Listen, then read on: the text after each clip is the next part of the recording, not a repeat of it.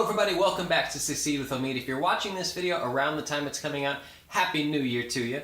Today I've got a hip stretch for you that's a little bit different than most of the other stretches I've shown you guys before. It's called the 90-90 hip stretch. There's a lot of subtleties to this, so what I usually recommend people do when they start, you can do this on a flat surface just fine, but I recommend a mat because 90-90 are angles, and this mat helps us out as long as it's a square mat. But I've got an edge of the mat here. I'm going to line up my thigh that I'm going to stretch on there. 90 degrees in that knee, 90 degrees in the ankle. The other leg is going to be perpendicular to that, and the shin, if that's at 90 degrees, is going to be in line with this other line. Here's the hardest part for most people. This back hip, stubborn hip, needs to be in line. Can't be bent. So I need to get a little bit of a rotation here, activating that butt, pushing this hip forward, and getting through here. This other hand is going to come right next to the hip on the open side, and fingers pointed back. The reason I want those fingers pointed back is that's going to rotate the shoulder and chest out into this position. Don't look down. Looking down is going to round the back. I don't want to round the back. I want to get a hip work opener in this. So keeping the eyes up the whole time. This hand can do whatever it wants to. You can help pull yourself forward if you want. But for a lot of people when they first get into this, there's almost this cramping that starts to happen in this back hip. And the reason is we work so much through our normal day-to-day life in a front to back that we really don't actually exaggerate these rotations.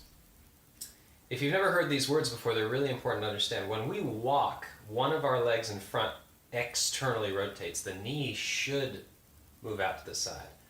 But the back leg, the one that we're pushing off with, should internally rotate.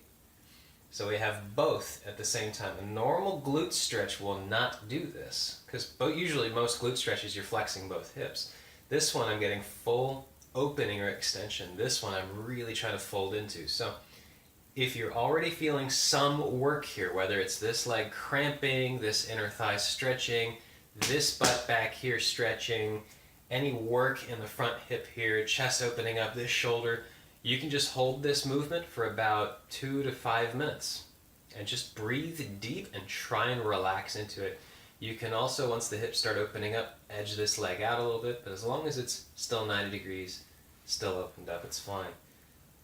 Or what you can do is you can really try and exaggerate this tailbone tucking up and back, trying to stick your butt up and folding from the actual pelvis itself, trying to keep the belly nice and neutral, flat, keeping the chest up, the eyes above the horizon.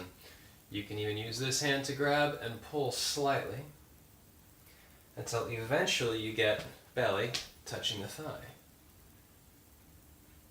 without rounding the back.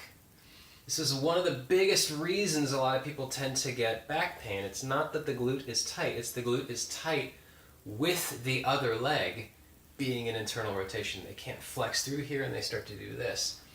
And if we think about this as a really, really exaggerated walking pattern or a lunging pattern, stair climbing pattern, anything like that, we start to get into issues. So from the other side, so you can see it, this thigh on this side of the mat, 90 degrees, 90 degrees. This thigh perpendicular to everything, and this one parallel to that, 90 degrees, 90 degrees. This hand, fingers spun back, pointing behind me, right next to the hip. I'm going to get up tall, squeeze this hip forward, and look up.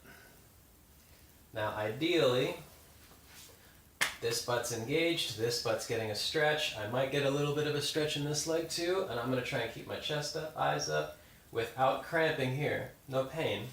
Breathing. If you want, you can pull yourself forward through here.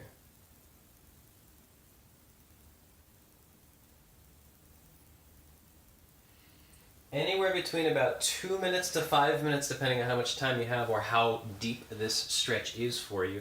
There's a couple compensations that I've developed for some people that are really, really tight.